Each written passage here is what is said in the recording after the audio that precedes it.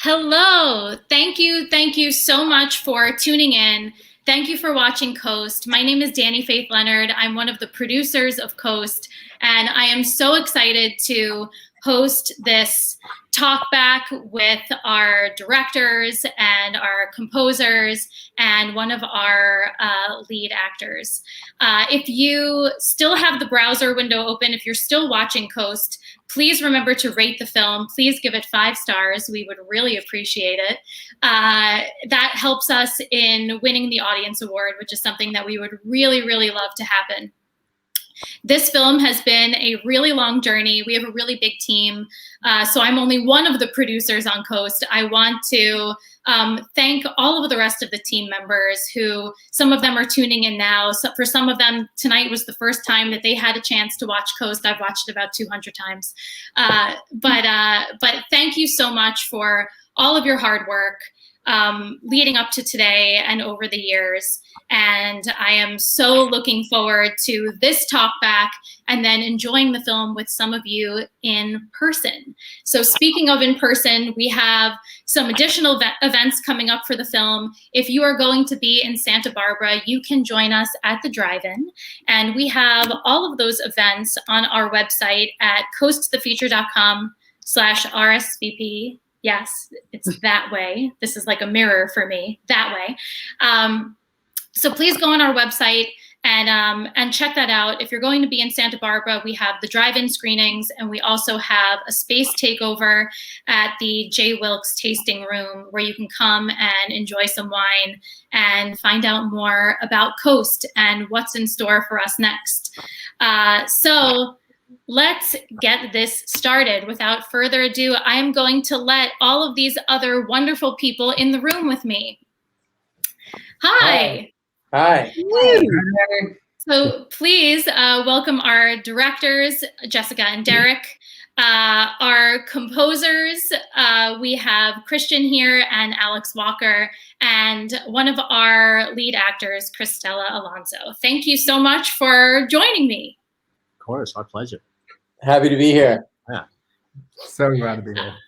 Yeah, I'm so happy that that we all finally had a chance to watch Coast tonight and to be able to have that feeling of purchasing a ticket.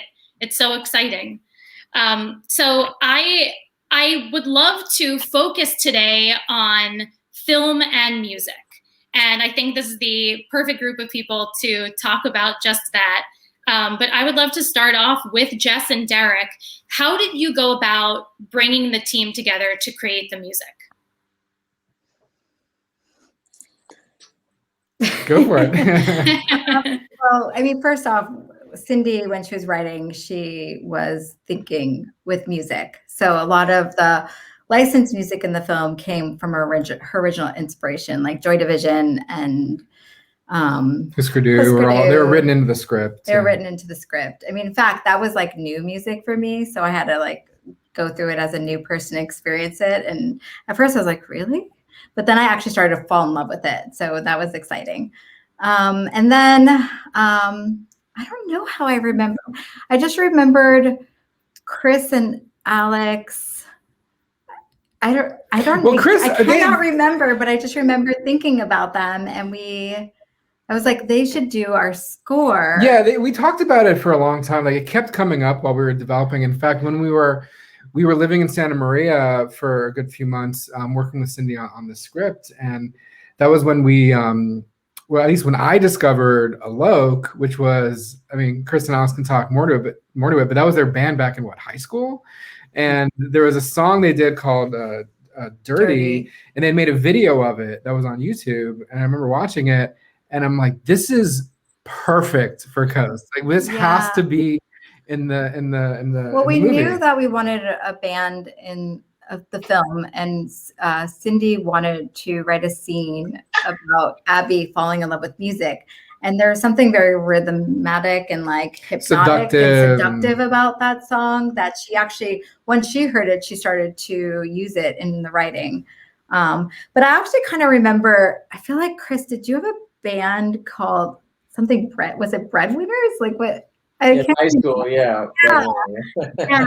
And I remember, and I mean, I knew Alex was mean, I knew Chris was in Group Love and doing his thing and was like amazing. I was like, what the hell? And Alex, you were in lots of different bands, but you had composed something for me earlier on, or I used to take your music and put it in my short films.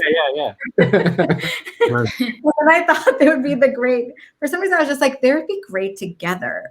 And I emailed you guys and you said yes. Yeah. Why did you say yes?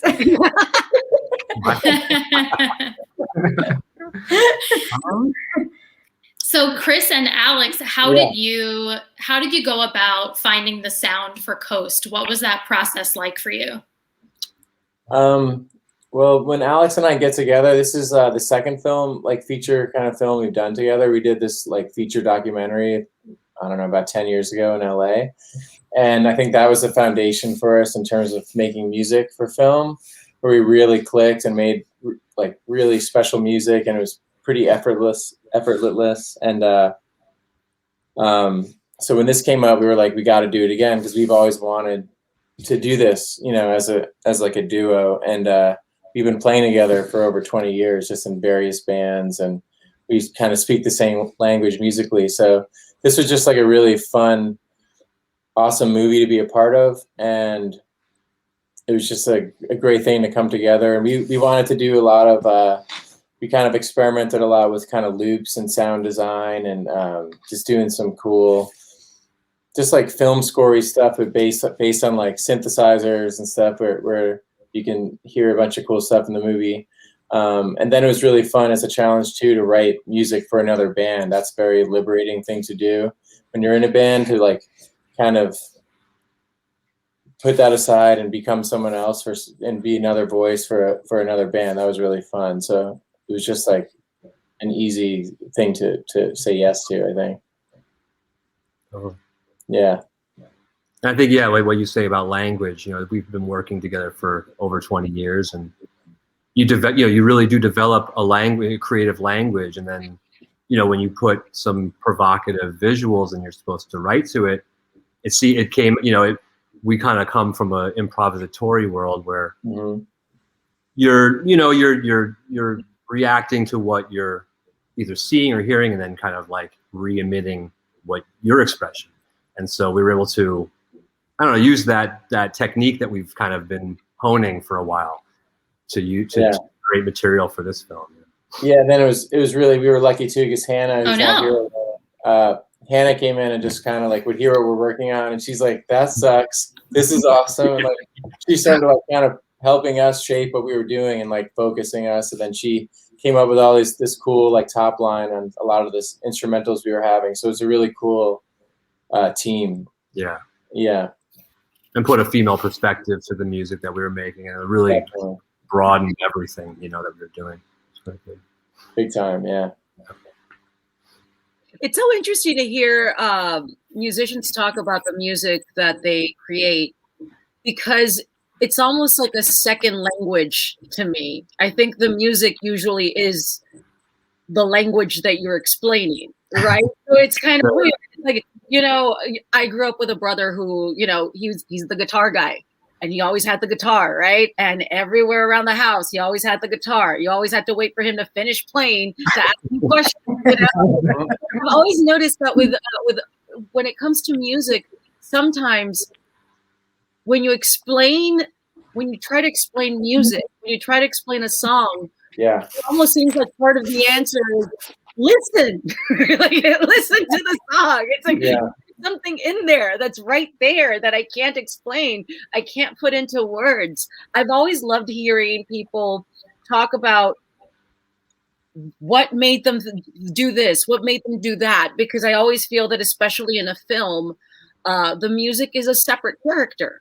So the character is very important. You know, it's the character that exists to further a story, to kind of help define a character. So it's this thing where, you know, Chris, you were saying it's kind of liberating when you get to write for like another band, you know, it's because you actually realize that you have these limits, and yet you don't, right? The limits are the character, like the setting, everything, but really you can create anything that you want in whatever way that Dani doesn't shoot down.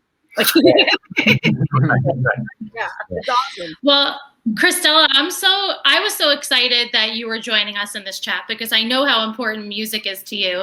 And I read your book when it came out, Music to My Ears, but I also then listened to it as an audiobook recently when I knew that you were going to be joining us on our chat. So music is obviously so important to you that you structured your book like a mixtape. That's So cool. I was wondering, I know that your character, as Abby's mother, doesn't necessarily participate in the music in the film, but were you excited that Coast was a music film? And what else made you want to be a part of Coast? It was the music aspect, actually. I think that the coming of age aspect of Abby connected to music was very powerful and very it was very familiar to me. I mean, that was a thing, that was my own experience growing up, especially, I'm talking about my brother, again, the guitar guy. I'm the youngest of 4. Now, there's a big age gap between my siblings and I, which is about 10 years plus. So I grew up listening to their music and also like the music that was out from my age group, the radio hits and what have you. So growing up, I always realized that, especially during the age that Abby's supposed to be, especially as a woman, as a girl, growing up in my time, like in the 80s and 90s, it seemed that people were very surprised when women would like certain bands, and it still happens now where they almost make you prove it. They don't believe that you like the music.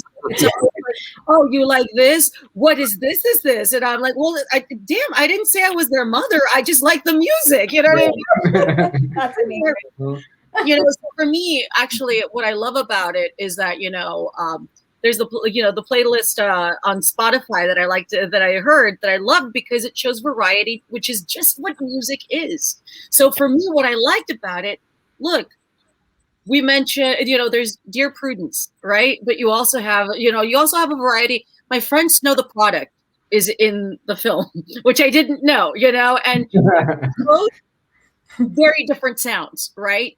But that's what music is. Music is like a person, a life is having different genres that create that person.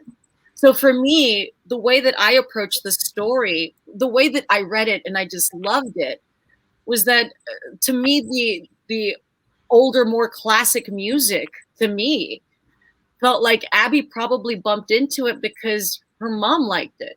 It's something that yeah. So it's that thing where so she loves the music because it's good music, but it also comes from the history that she has with her mom. And in a weird way, it's that thing. I read the script and I just couldn't stop thinking about how great it was to actually have a film where, like I said, the music was a character in this specific story.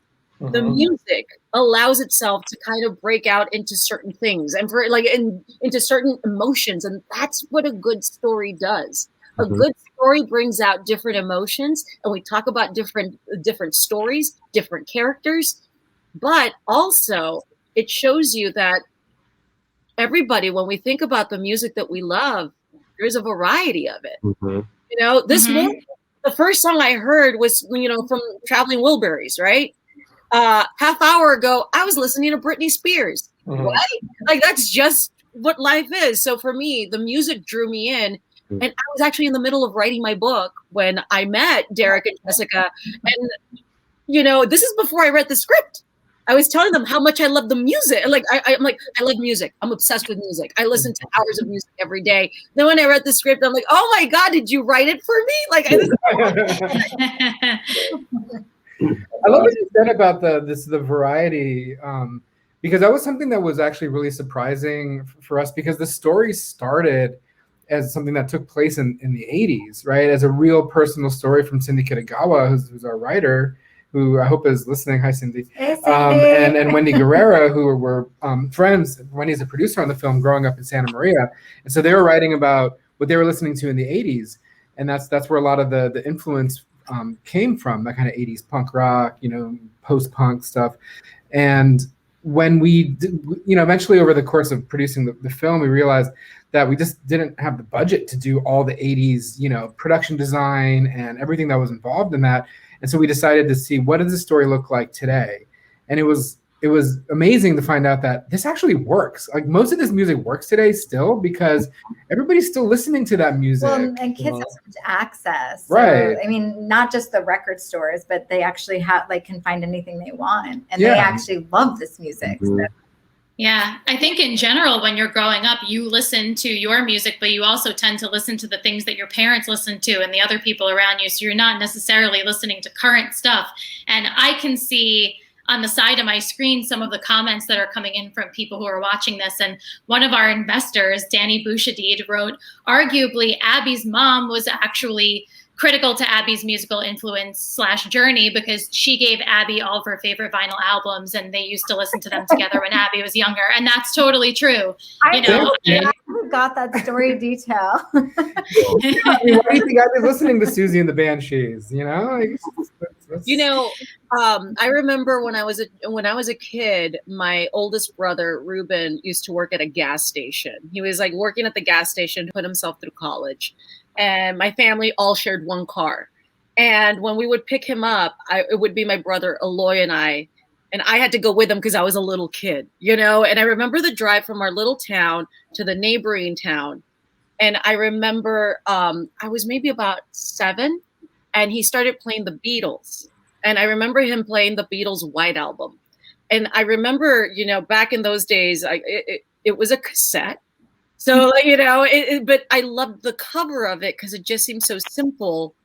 Yet the music wasn't simple, And I always remember the Beatles are my favorite band. And I remember that it's from those drives that we would take to go with my brother. And that is how, what we're talking about, where you get your music, so much of your music from your environment. And really, this whole story is about Abby kind of wondering where she belongs in her environment. Right. So, it's a very, it's always just been so cool. It's to me, it's a familiar story that I think everybody can connect to. Yet this one is just very specific. It's so specific that people can relate to it. On that note, I have a question for each person here to answer. And so, Cristela, I pulled a quote from the intro of your book, where you wrote, "We all have songs that come into our lives to remind us of specific moments. So music conjures up memories and inspires stories. And our lead character, Abby, is 16 years old, and she's trying to figure out what life means. So what is the song or the artist that brings each of you back to that age?" Oof. That's a tough one. Well, I'll go even farther back. Yeah. Because Cristela, you were mentioning the Beatles, and whenever I hear the intro to "Lucy in the Sky with Diamonds," are you familiar with that little harpsichord? Yes, of course. Mm-hmm. Whenever I hear it, I've heard it 1,000 times. Whenever I hear it, it immediately takes me back to like the backseat of my parents' like 1980 Tercel, where like the seatbelt is like kind of rubbing up against your neck. And there's no AC, and it's the summertime. Like all those emotions and feelings and sensations like rush to me every time I hear that song. Just the first like 8 seconds, it's just like, it's in there. It's in my deep-seated memory, and it's beautiful because I'll well up every time I hear it, and all this stuff comes out. And it's like, isn't that what music's about, right? Like it's like a little postcard to keep with you forever from wherever that song or however you want to think of it. Well, it's funny. I have a guitar guy too. My father. I mean, I can remember him from like 4 years old. I swear to God, I don't think I have conversations with him. It was always me talking to his guitar. Yeah. Like, that was my life. But he loved Jimi Hendrix so much that throughout this whole film, I kept going, can we get Jimi Hendrix? Like, is there any way? Yeah. You can get Jimi Hendrix. And you're like, no, you cannot afford Jimi Hendrix. Right.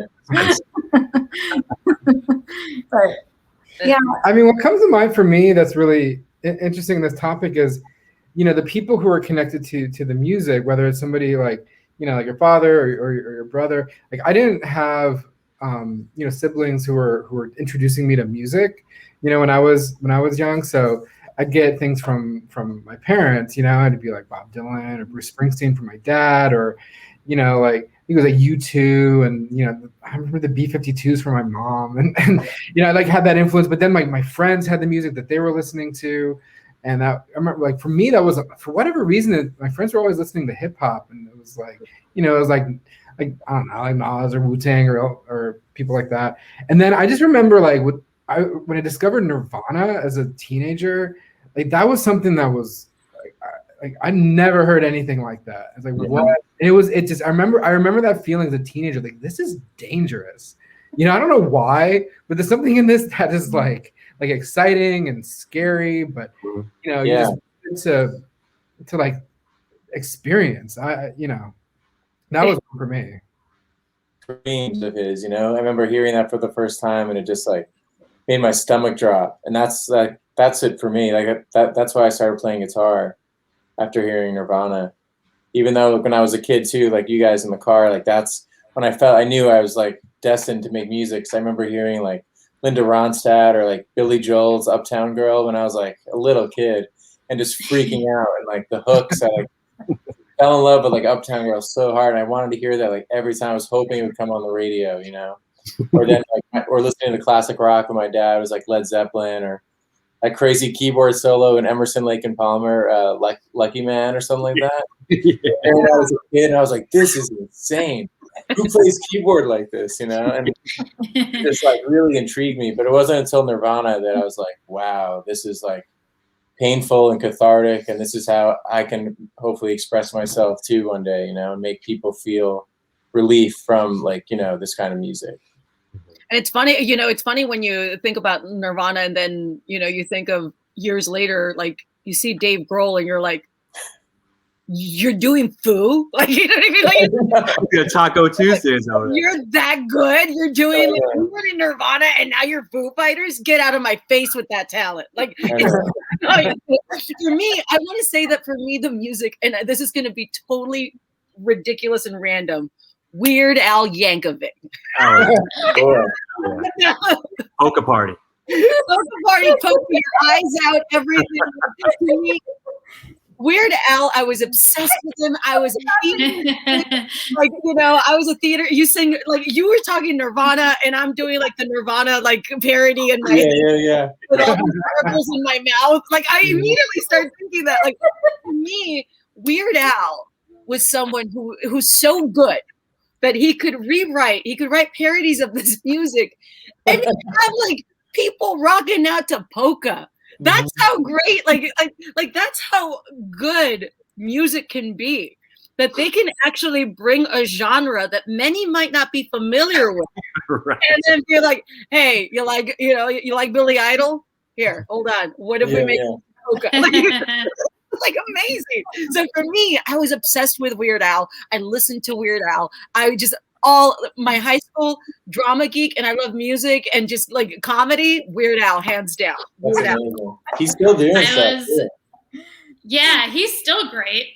I was definitely also a high school theater geek. I feel like there's not a specific character that represents who I was in Coast, but every time I watch it, I try to find her in the background. She's like on her way to do something super weird, sitting in the back of the class making trouble or something. So many of my big moments growing up that I remember are tied into music. And my biggest one did happen when I was 16. I had a girl in school who spread a rumor that I slept with one of our teachers and I got pregnant. And so I which was insane. And if it happened now, I feel like it would be even more like scandalous than it was then, because now there's social media and it would have been nuts. But I performed at our school talent show and I sang Like a Virgin and I rolled around on the floor and touched myself and got suspended from school. So it was a big moment for my. That's the next movie.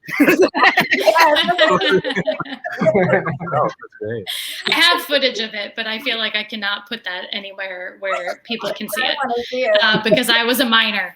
I have some really great questions that people are sending in. And I have one from Angelica Hester, who's our editor. And it's a question for Alex and Christian. Your compositions very much informed the character of Pinata Jones and Dave. So what was it like for you working with Kane specifically to channel that sound? Well, working with Kane is awesome because he's such a talented musician. So he made it a lot easier. But we just wanted, I think we just got together. Even like the credit song that rolls at the end is something that Kane came over to our house like the first time we had like a writing session. The four of us, Hannah, Kane, and Alex and I just got together. And that song kind of came out of just jamming on the deck in LA. But I think for like Problem Child, I think we just, I don't know, just like wrote, just like try to write like cool rock songs, and that one just kind of popped out of nowhere. It's hard to really like say how the process works because there really is no process. It just kind of unfolds in real time, and if it's good or it's not. And that kind of just came up, and Hannah came up with like the melody, and Kane sang it really well and beautifully. So yeah, we recorded that in a day, like really smooth. It was a nice, a fun day. So yeah, everyone going in, doing their part, and everything was like, really from the heart. It was great. Yeah, and Kane plays drums on that recording too, and he's an incredible drummer, not to mention singer and guitar player. So yeah, fun fact: the close up on the drumsticks and the Problem Child performance is actually Kane. It's actually Dave. That's funny. Sorry, Matt, but Matt's an amazing singer too, Matt, by the way. Yeah, Matt and the Ceremonies, and the They're three beautiful musicians. brothers are incredible musicians who, were so much fun to work with, and we're able to pick up all the crazy stuff that we threw at them, to play different roles, and they're not actors, but you wouldn't know it. But they're great. I just the band dynamic was. Kane introduced us to them. I'll do a quick little segue here, but he brought them to us as we were trying to cast the Pinata Jones band, because we really wanted people who had, an actual dynamic as bandmates, because it's something very specific that, if you're not in a band and you don't know the people, it's really hard for an actor to pick up all the nuances. And these guys are brothers, and they were working with Kane. Kane was playing drums for them, and so they had a whole thing. They had this shtick, and it just that made our job so much easier when working with them. Anyway, yeah. Yeah, when they walk in the record store, you're like, those are brothers, and they're in a band. Like, Well, we were in a restaurant. Those are rock and rollers right there. Yeah, we were in a restaurant, and Kane texted us, "Can I bring some guys by?" And we're like, "Sure."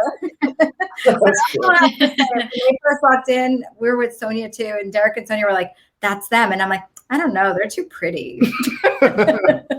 Turns out they're amazing. They were amazing. I'm glad they brought them in. And then, we did I don't know if any of you guys watched the Q&A, but, we talked, the girl, Mia Frampton was talking about, Who's in the audience, by the way. Hi, Mia. The shooting the record store scene, which was the first day of shooting. And in the ceremonies came up, Jessica wanted to keep them away so that they would have this like impact when they walked in on our actresses. It totally worked. Nice. Funny. We have a question from Andrea Cirillo. Where did the name Pinata Jones come from? Cindy, and she's in the audience. I wish maybe she could type it in. Yeah, it was in the script. Yeah, I think it was one of those things. With it. She's like Pinata Jones, and we're like, cool. Sure. It works. I always know it's a good name. Like for me, I'm like, I always know when the band has a cool name if I want to buy a T-shirt with the name on it. I have so many T-shirts of bands that I'm like, you have a shirt? Can I buy your shirt? Like I'm that person. I would so rock a shirt that says Pinata Jones. Are you? Where's Heather? Is Heather Edwards out there? Heather has a shirt. Yeah, I have a Pinata Jones shirt. I will send you all Pinata Jones T-shirts. It's a great name. Well, you touched a little bit on casting when you spoke about finding the band, but I would love to know a little bit more. I mean, I know actually all of this, but I would love the audience to know a little bit more about the whole casting process for the film, and Derek and Jess, how you went about that, and also how you went about finding the other fantastic bands that are in the film.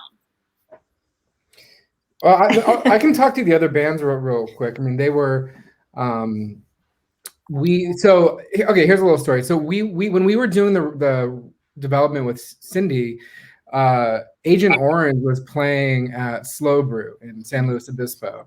And so we went to see them play, and it was an awesome concert, and the whole mosh pit was there, and we were diving in, and I don't know if Pin's watching, but Pin was there. She knows. She dove in there with us, and then there was this band that opened for Agent Orange before they even got on, called Dog Party. These two girls who were they killed it. I mean, they're opening for Agent Orange, playing this their punk thing, and they were so cool. And so we talked to them that night, but then like a year later, we ran into them randomly at the Madonna Inn, and we thought we know them. And we went up and said, "Hey, do you want to be in a movie?" Because we were closer to production. So that was the first thing. Well, first of all, they're like teenage girls, and they're like, why are these people following us? And also, when we went back, then we were like, so I think they would always push me to the front because I'm the female. At least it's oh yeah, no, I need to step back. Yeah. But they were so cool. They're still so cool. They're probably watching right now. I hope they're watching. Yeah. And so then the other thing was when we went back looking for bands, we went to Slow Brew because we had a good experience there. It was like, who's booked the booking person, and we met. You guys played there. Group Love played there. Yeah. Yeah. So cool venue. We met with what is it? It's a cool venue. I remember it well. Great venue, yeah. And so we hunted them down. We found Johnny Kenny, who was doing the booking. And then he ended up being our Red Barn producer, and he introduced us to Poncho and the Wizards and Haley and the Crushers. Cool. And also his sister, Hannah Kenny. It was very last minute because we were like, we had 18 days to shoot this. Yeah. And suddenly we're going in the open mic night, and we're like, oh my God, we don't have bands. So we called Johnny, and Johnny's like, we didn't. This is like, we weren't even thinking about it. We're just like, oh my God, stay awake. And Sonia, her line producer, was like, is this an open mic and they have no bands? So she calls Johnny Kenny like maybe 2 hours before. Yeah, it was like 2 hours before. Which is the band Black Match, who actually really showed up for us. And they wrote us. They were able to write a little bit additional music for the film, and are just super talented local. And Hannah Central Coast. it's another Hannah from Black Match. She has this gorgeous voice. Yeah, cool. So that sort of rounded out. I think we had everybody there. Is that right? I think so. Okay. Did we forget anything? Yeah, and then casting the film, we decided we had to cast the teenagers first. Which I'm glad we did, but we cast them like when they were 16. Well, Fatima was 15 when we cast her. We didn't shoot to her. She was 17. Was probably better, maybe. Who knows? But we really wanted teenagers because we went to a bunch of different managers and agencies, and they kept sending us a lot of like trained Nickelodeon girls, which were all beautiful and lovely, but we really wanted like girls that wouldn't care about hitting their marks and actually was like really wanted to stay, or not want it, but they just stayed present in the work. And we were really looking for that for Abby, and we found Fatima. But actually, you were watching a short film, Curfew. No, it was actually, I saw the feature that they made of Curfew Before I Disappear, and I was like, I know this story. And then I was like, oh, I saw Curfew when I was in Austin at a Oscar shortlist thing, because Curfew won the Oscar in 2016, and I loved the film, and they made a feature of it, and I saw this girl, and I showed it to Jessica because it was on Netflix. And he's like, look at this girl, and I look up and I go, oh, it's Abby. I go back to and sure enough, she was right. It was Abby. And Mia Frampton, who plays Christy, who's amazing. Cindy was pretty adamant. And when Cindy is adamant and she really wants something, she doesn't stop nudging you. She's like, and we met her, and she's in Bridesmaids, and really amazing with improv and comedy. And she's just, but at the same time, so, I don't know, relaxed and in ease with her work, and we're so glad we cast her. And Mia C. Lally, we just were doing research for Kat, and I saw her work in Max and thought she was great and hunted her down. And then we did local casting, which was so much fun because that's an adventure. And Kaylee came through a family member of Cindy's, never acted before, and she just showed up with so much personality. She plays Laura. Yeah. I mean, the first read through, I mean, she never acted before. She just like read really quickly through the paper and she goes, "Was that good? Should I do something else?" We loved her. And we were like, let's make this work. Yeah. And so, we were, and that took a long time to do all that. And when we got really closer to production, we got a casting director. We got a casting director. Very scared of casting adults. Yeah. Because adults have gatekeepers, agents. We saw a lot of different women for Deborah, but Farron Einhorn, who is the casting director on the project, she brought us you, and she pitched a whole story. And I can't remember the story, but I remember by the time she was done, like she pitched Cristela as Deborah from beginning to end of how the audience would feel by the time we saw her. And I was like, okay, we need to see her. And Cristela, I forget why, but we met in New York for the first time. Yes. I think you walked there from like. Yes, I was actually, I did an NPR interview like up like 187th Street or something. I walked for like 2 hours to meet you guys in Midtown or something because I wanted the steps. I was like, I remember that you walked in and she was like, her heart was going, like she was just like ready to go, and it's like, okay, like let's talk. But we loved that, and we were like, oh, let's do this. Yeah. No, it's so much fun, and Cristela is, I mean, she's so funny. She's so much fun to work with. But she's so great in this dramatic role in Coast, I think the performance was fantastic. So we're so happy. Oh, thank you so much. I remember it truly is. I remember when I was walking from from way uptown. I got a call from my friend Steve, and he's like, "Hey, WME's mentioned this like audition, this thing, da. And I was like, "Oh, yeah, I can't do it that time. I'm busy like that time." And he's like, "Okay, hold on. I'm gonna tell them. I'll call back. I'll call you back." And he called me back, and then he's like, "Hey, this is random, but the filmmakers are in New York right now. Would you meet them right now?" And I'm like right now? And yeah. And I'm like, yeah, I'm walking, so let me go. Like, yeah, I can be there. And we were like, and it really was like, because he told me the breakdown of the story just loosely, and I was like, oh, that sounds cool. That's a thing.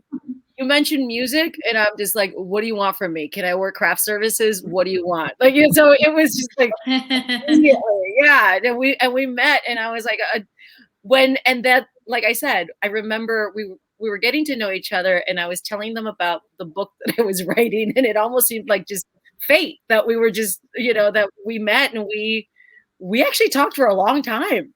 Yeah, I think we're geeked out on musical theater. I think we're both are like, I love musical theater and theater. Oh, I love musical theater. Yes. Yeah, no, definitely. It was really great. And I loved working on it just because, especially when you come from stand-up, you never get to, people don't think that you can do drama. But the thing is that stand-up, especially like the kind that I like to do, comes from reality. It comes from life, So to me, sometimes the funniest things are coming from really terrible times, And to me, that was just, the story just really blew me away. I remember I just really needed to be part of it. Yeah, there's one moment. So one of the things that I loved about, your performance in Coast is because Deborah's having a hard time, right? Like we all know that. But then there's these moments when she kind of cracks through, and we see like that smile you're seeing right now, and the laugh, and and there's a scene that you're doing with Melissa Leo that she cracks you, and Deborah cracks, and it's like, oh, like, oh, okay, like there she is, and I don't know, that to me was such a great Cristela moment. Now, what I want to know is, what was it like for you to work with Melissa Leo? Yeah, me too. It's so unreal. It was amazing. I've actually, I always say that the really talented actors make you feel at ease. Mm-hmm. And it's because, and this goes with everybody, when you really love what you do, and she does love what she does. Yeah. She actually, she brings you to her level. And I think that people, when they're really invested and they really love what they do, when they collaborate and work with other people, they bring them up to that level that they're at. So for me, those scenes in the hospital, it really felt to me, she's just so good. It's like you can't help but play off that energy, which really allows you to play. It really is, my friends and I joke about, like, improv. It's always about yes and, but it's that thing where it's like, give me something to work with and I want to work with you too. And those moments to me just felt so special, and such a departure from the rest of the film, that you realize in those scenes, what I love is that you see a side of Deborah that you don't see the rest of the film. And that is that's attributed to Melissa Leo and her acting.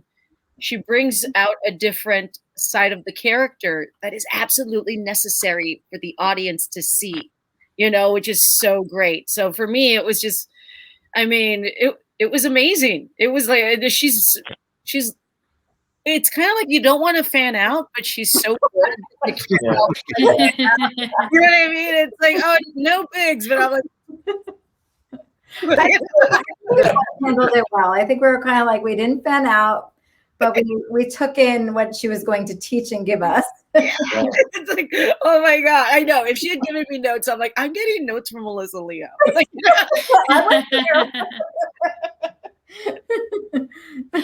well, I'm going to let Kane in the room in a minute, but I wanted to ask one more question that came in the comments for Derek and Jessica. And the question was, what's the message that you want to leave audiences with for this film? Who asked the question? Oh, hold on. I have it in my... The message changes like constantly. I mean, we've been with the film for so long. I mean, one thing that Sonia and I for the last year together have been like, wow, this is really a journey about a girl standing for herself with courage and integrity, and learning to love herself. And that was very important. And it's not only the girl, it's also a reflection in the mom, Deborah, and almost everyone in the film. Really. Yeah, I'd say, from my perspective, it's all about respect. It's about like a mother learning to respect her daughter as an adult, a young girl learning to respect herself, and learning to respect her friends who are on a different journey, perhaps, and learning to respect her town, which is maybe someplace that is challenging and not her fantasy, but something that's really important. So, I mean, for me, that's what stands out.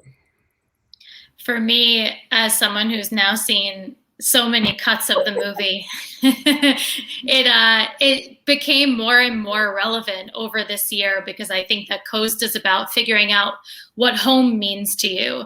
And I think this is a year where we were all trying to figure that out for ourselves. And, I think I know a lot of people who picked up and moved, and who their idea of home changed when they realized that they were allowed to live wherever they wanted to, because most of us have just been kind of like sitting here looking at a screen. And I think, Abby's journey through the film, she is really trying to figure out what that home means to her. And I like, in a way, the last time I watched Coast, which was this morning, I was thinking about how she finds that home is in her relationships with the people around her. And that's definitely what I have discovered about myself this year. So I want to thank you guys so much for championing this movie for so long to make sure it got made. My journey with it has been shorter than yours. And thank you so much to Cindy for writing the movie, because it really does mean so much, especially this year. So I hope that audiences get to see it too. Definitely. I also want to say really quick, just the contribution. I'm very happy that I was able to be a part of this panel specifically, because it's just, it really makes me excited to hear people talk about what they do and how they do it and everything. So I just want to say, Alex, Chris, thank you so much for sharing the space here too, because it's just, the character is so important. The composition is so important. And to me, I feel like the compositions, the music just sometimes needs to be, well, not sometimes, in every movie, it has to be featured. And I'm glad that we took this opportunity to have this panel to talk about it, because it's so vital to the story. So thank you so much for joining us. Yeah, and it's hard to talk about. I really hope everybody got a chance to watch it and enjoy it, because you have to experience the music, you have to listen to it, and it's so great. Please. Yeah, thank you so much. It's such magical. Thank you. It's so nice meeting all you guys. And Cristela, you were amazing in the film. I loved watching you, and it was so fun for Alex and I and Hannah to write to those scenes. It was really, really cool. You made it, you really made it easier for us, to watch and bounce off your energy. So it was really cool. Yeah. It's awesome. Well, I think I'm going to let Kane in while we're all still here, so you guys could say hello to him too. Hey! Yeah. Hello, Kane. Hey, I'm in. Yeah. I'm Hi. You're in. Guys. What's up, man? How's our internet? I feel like Kay might be on dial-up. Oh, no. Hey, are you in a cabin? I know. Kate's like, I have 2 hours left on my AOL CD. Kane, let me text you. It's weird to see Kane with hair. I know. I know. We made him cut it off. No, we didn't. We made him cut it off on the reshoots. Oh no, he surprised us. We met him with long hair, and then one day, hair. That's so funny. I remember, like, did you copy Christian? Yeah, because Chris had short hair. I had really long hair too, and I shaved it right around the same time. Day. Are you back, Kane? No. He's working on it. That's the fun of the pandemic, right? Right, exactly. Yeah. Not pandemic, fundemic.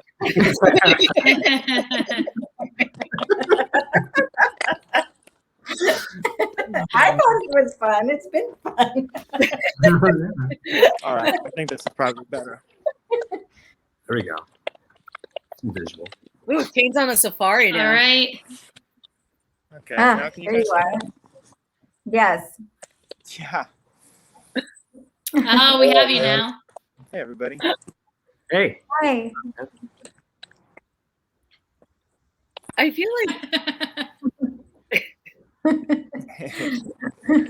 So good to see you. what's funny is that this is actually the first time I get to meet Kane. Oh, really? Yeah.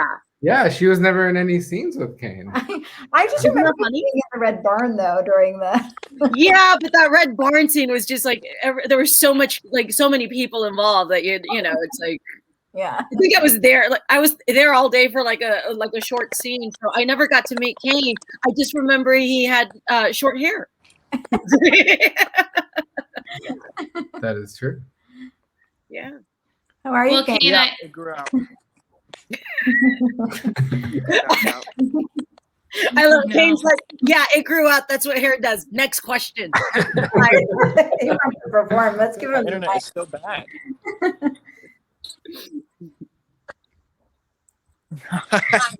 It's doing the internet pause thing. There's no. I can't. There's no. The timing is all off. Let me try moving to a third place. See if it's better. Uh-oh. This is on a safari. Sorry, well, while we try to figure it out, let me go through more of these comments and see. Let's give a shout out to our music supervisor, Yeah, please. Roxanne Oldham. She did an incredible job for a micro budget, clearing big, huge songs. Wow. Made that happen for us, and Andreas Papson, who helped her do that. So thank you guys. I don't know if you're watching, but we really appreciate you. Amazing. Roxanne has definitely had a presence in the comments, so I think Roxanne is here. I want to hear about the hometown theme. Oh yeah, It was started as the dad theme. Didn't it? It started as the dad theme, and it was one of those things that it was such a powerful sound that we were able to we used it, strategically. Yeah, we just kept putting it all throughout. Yeah, we used it like a magic trick. I think I said before, and it was like, okay, we need this thing now. And so it works. It centers, it brings it back.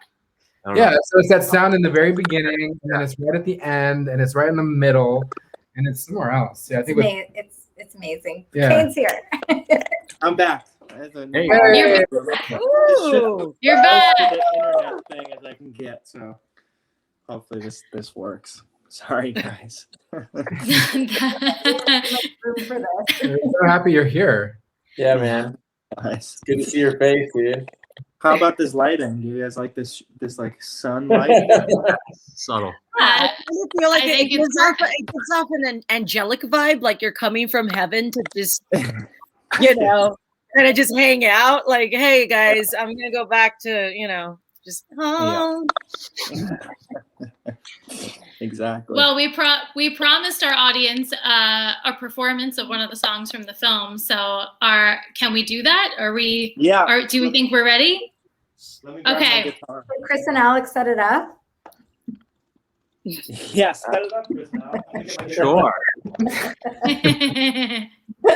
Yeah, this song that Kane will be performing, and I'm hoping it's the right song that I'm about to say. Problem Child. Are we playing? We all rode on the porch, right on your deck, drinking a little wine, having some cheese and crackers one night. It was awesome. All right. Really came together. Let's see here. Can you guys hear me? Yes. Let me try to make this chair taller. Okay. Yeah, this is Problem Child. I love this song. Thanks to Alex, Hannah, and Christian, everybody for writing it. Hopefully I'll remember the lyrics. I think I do.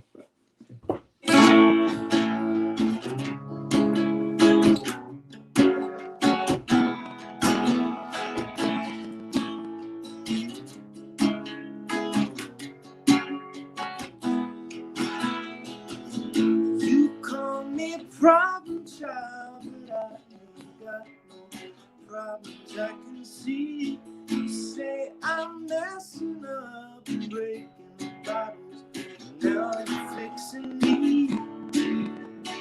Give me what I want, give me everything, so I don't need nothing at all.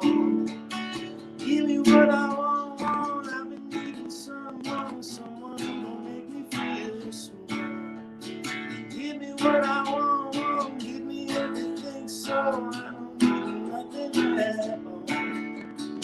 Give me what I want, I've been needing someone who gon' make me feel your lips on. Lips up from my, feel your kiss. Your kiss up on my, feel you on. Lips up on my face. Your kiss up on my face. You call me a problem child, but I ain't got no problems I can see. You say I'm messing up and breaking bottles.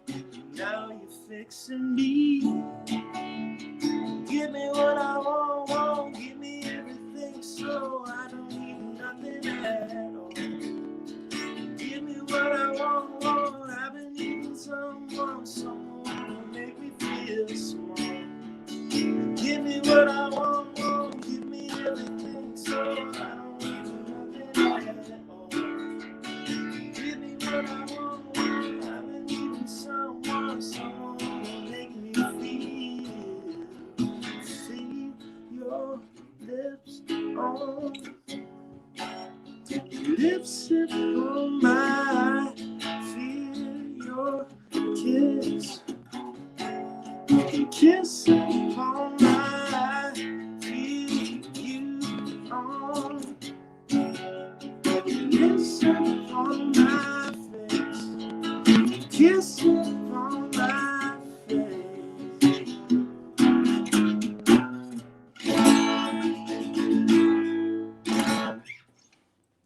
All right. Yay! Got through it. I love you.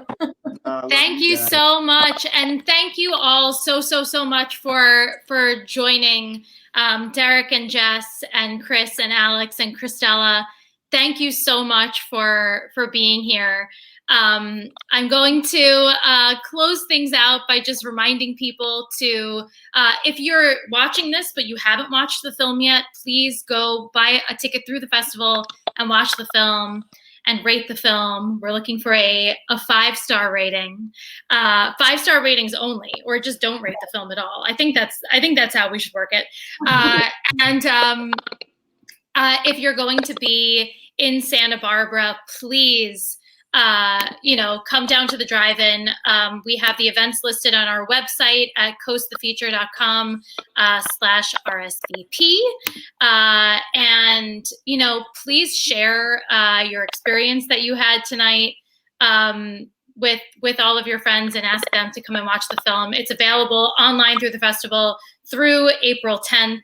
And then hopefully we will be bringing it to audiences in a wider way soon so that they get to enjoy this film and this music. And thank you so much for joining us tonight. Thank you. Thank you, Dani. Thanks, Dani. Thanks everyone for coming. It was amazing. That's fun. Bye. Bye.